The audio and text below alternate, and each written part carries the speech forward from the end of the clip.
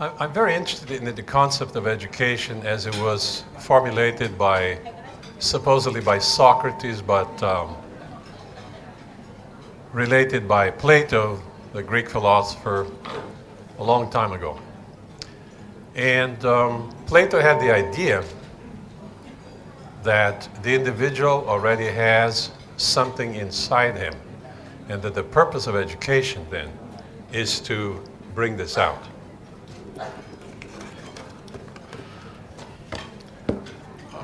I find that one of the great weaknesses of education, perhaps throughout history, and certainly I see it nowadays, if you live in the United States and work in the school system as I have worked, and you perceive what's going on, and it is a very sad state of affairs. The United States became the most powerful country in the world without a Department of Education. Then, some 30 years ago, under President Carter, they invented the idea that without a Department of Education, somehow America was not going to go forward. And the result is that America has been going backward severely as a result of this centralization of education in the hands of the government. Now, this is not something new. For example, if you remember the invasion of France by Germany through Belgium in 1940, I believe, instead of the mental weakness of the people was such that instead of millions of their guns, their knives, or whatever, and going to the front to fight this problem, instead they sent soldiers to the front, but the rest of the population went to Notre Dame and other cathedrals to pray to God for help. Obviously, it did not work. So I'm asking myself, what kind of lack of mental energy is behind what we might call, the problems of Western civilization, and perhaps even the decline of it? That if you look at the way that the schools are working, you see, and I see this. Can anybody hear me? When you really are working in the school system and you think about it, what you see is the decline the death of a whole civilization happening in the schools. Because if the problem of mental energy is in the mind and the minds are being weakened and confused, then obviously something bad is going to happen, right?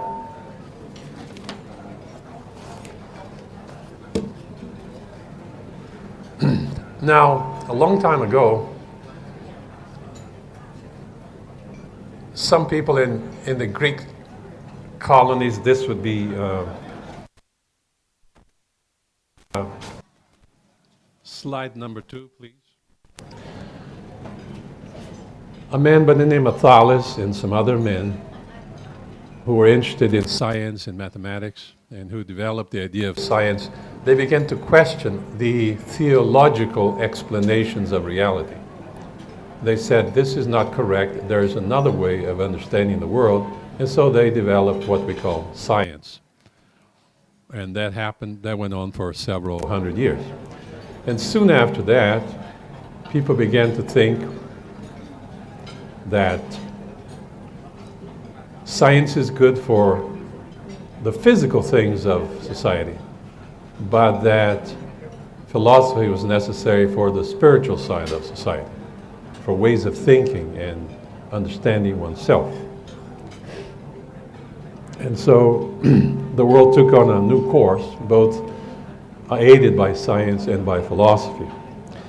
And I found in the internet this definition here, which I think is pretty correct, that education is the life of integral development of the individual. in the physical sense, in the intellectual sense, socially, culturally, aesthetically. And Plato's education is very strong on aesthetics, on the understanding of the arts and literature and music. Psychological education, for example, which would include what today we call emotional IQ. And the philosophical, moral, ethical education. And language, of course, very important, because language is made of words, and words is how communication and knowledge is transmitted, so the understanding of language is very important. And also recreational, which I leave to your imagination what we would include. Now for Plato, political problems could be solved or reduced only through education of the individual, because he saw society, or which is pretty much he thought of also as the state, as simply the sum of individuals who made up the whole.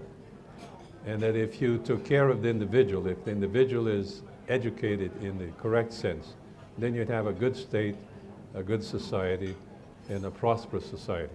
And he actually thought, and he had reasons to, that a society that has a poor society, that poverty basically is a result of incorrect laws and incorrect ways of thinking.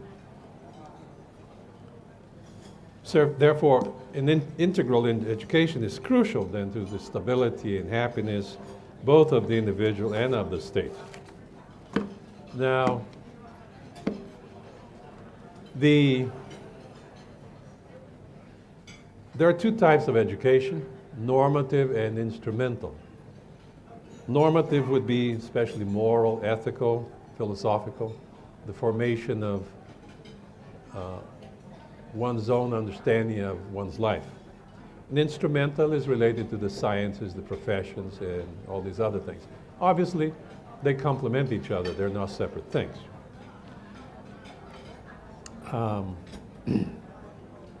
Adam Smith mentioned that self-interest is the driving force of economic activity. But he also thought that sympathy, or what he called moral sentiments, were also very important in human relations and even in economics.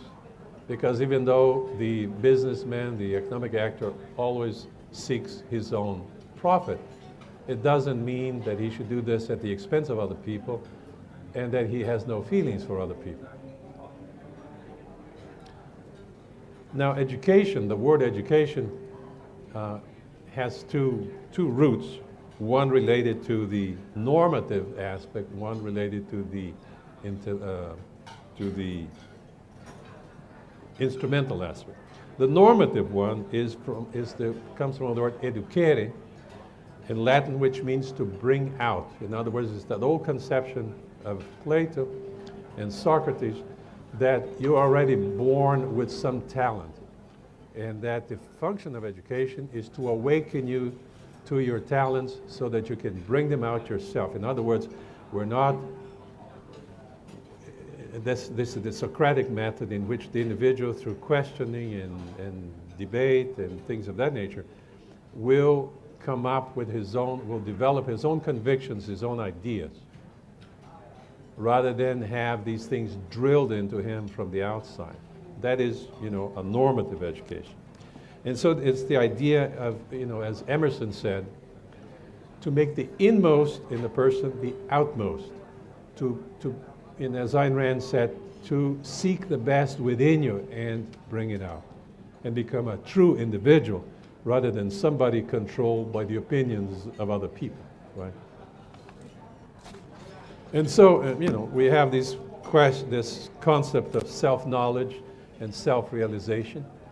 Know yourself. And the developed self then becomes 4. Sorry there, we are at number 4. Okay. I'm sorry there. I should have said, okay, 3, we're at number 4 now. That the individual then is simply this, the good citizen, the just man, the just individual, the person who contributes the most to himself, his family, his individual, right? That person is already born with. So that the person develops knowledge and does not live by blind faith or is not manipulated by the opinions of other people and of the environment. He develops his own convictions rather than be guided by shifting thoughts and pressures from the outside. And so he develops an individuality as opposed to a personality. And he develops an interest and a conduct based on understanding of the permanent as opposed to the understanding or attachment to the transitory. Many things, of course, are transitory, and in the world of the professions, of course, we always are working with that. But behind all of that, there should be a powerful conscious mechanism working, always looking for something higher, something beyond that. And I imagine that this is what, what's behind those words of that eight path, that eightfold path to enlightenment, which can be applied to just professional life, just regular life, but there is something behind it. There's a transcendence to it, which relates to the, let's say, the spiritual development of the person. I think that Buddha understood this very well. Now, number 5, please. I guess we have that.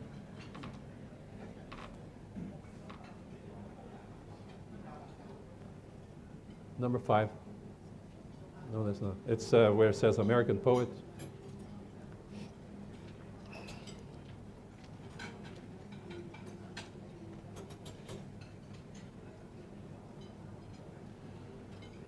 An American poet some time ago was asked what new things poetry can tell us. And he said, at times, poems do not tell us anything new. They simply remind us of things that we already know. Now that is a very interesting thing. And William Faulkner, the great American writer, in his acceptance speech of the Nobel Prize, wrote that the writer's job is to remind us about the verities and truths of the heart, the universal truths, lacking which any story is ephemeral and doomed. So the goal of normative education, in my mind, is really to remind us of who we are, right? There's an interesting, if you know the story of Don Quixote, the Spanish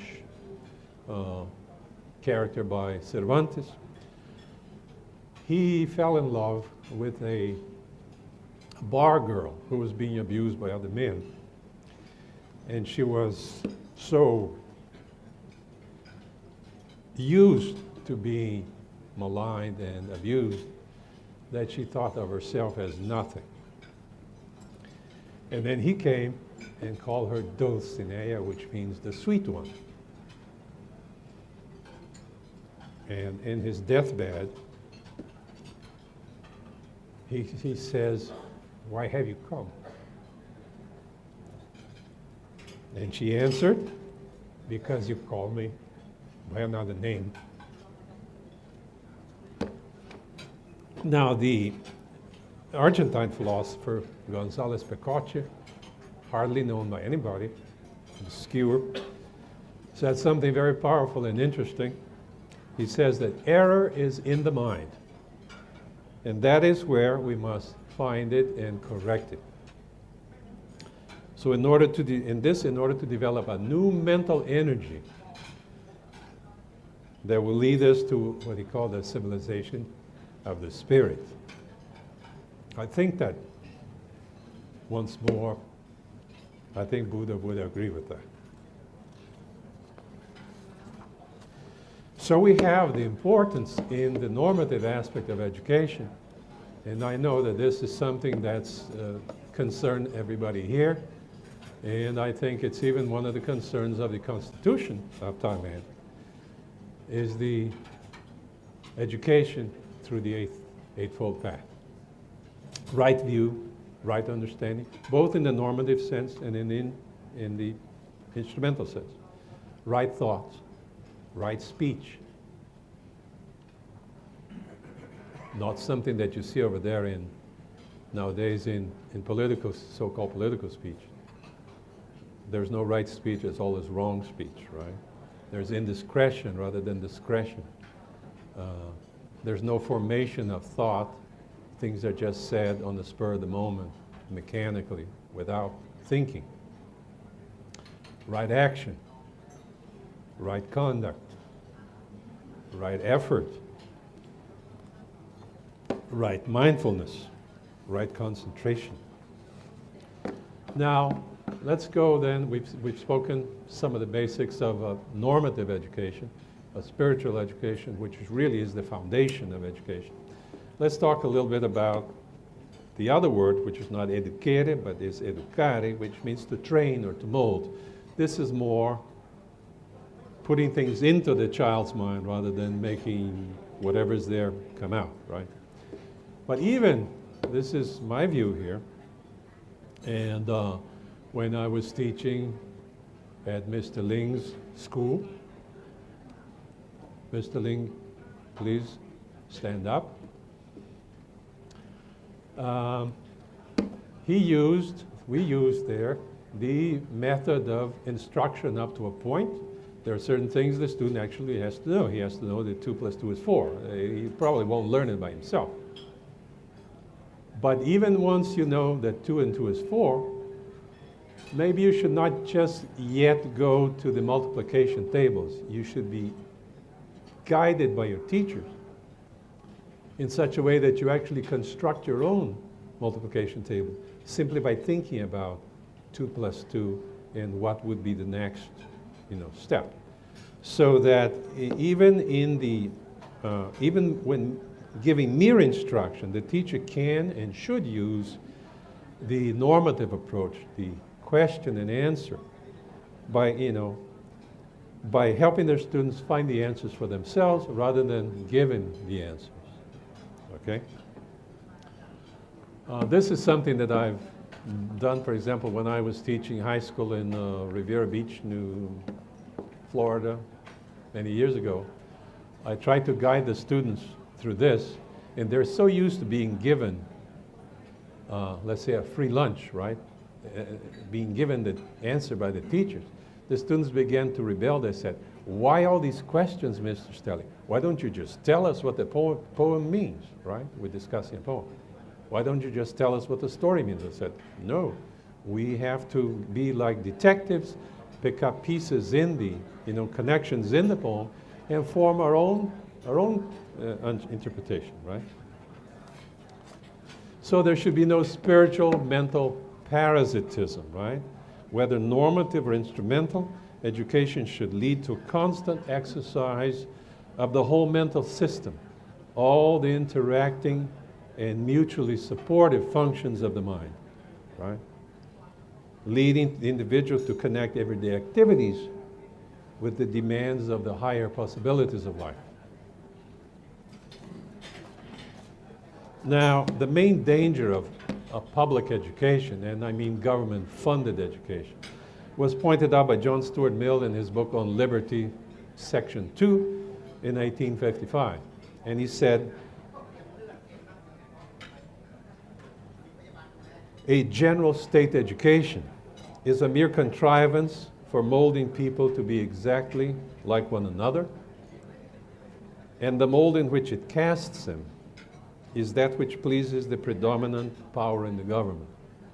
In proportion as it is efficient and successful," actually it's inefficient and unsuccessful, but it still achieves this, by the weakening of the mind, it actually achieves the purpose. "It establishes a despotism over the mind, leading by natural tendency to one over the body This is something that was already happening at his time, during his time. Let us talk a little bit about educational financing.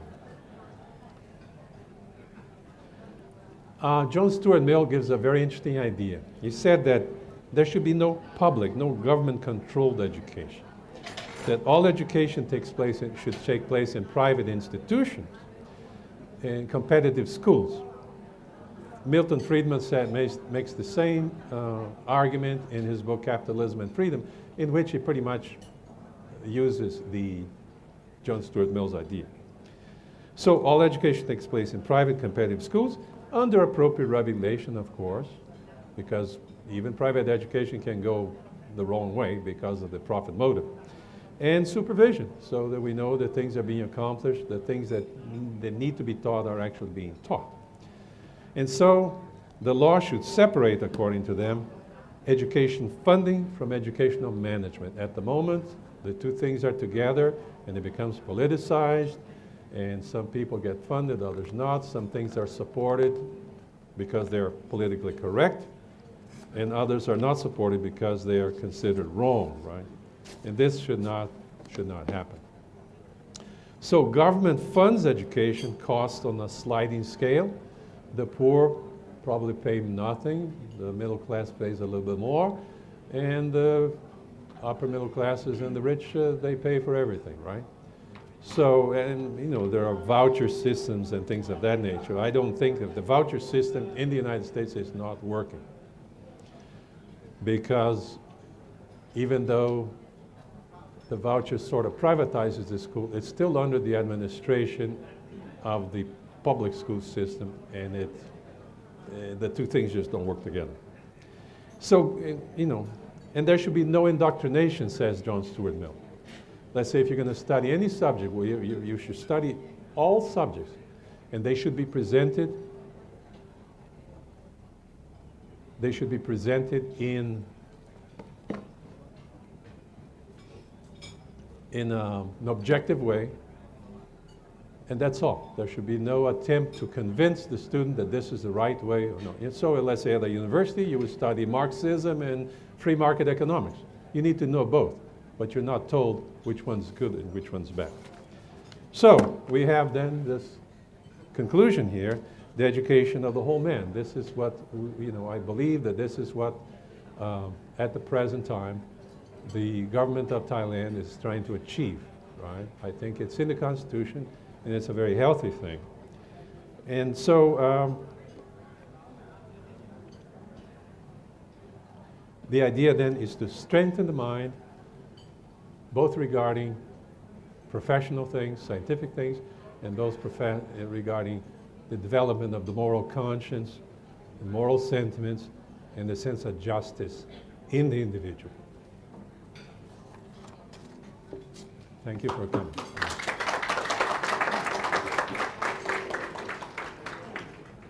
Okay. Hi. Hello. Oh.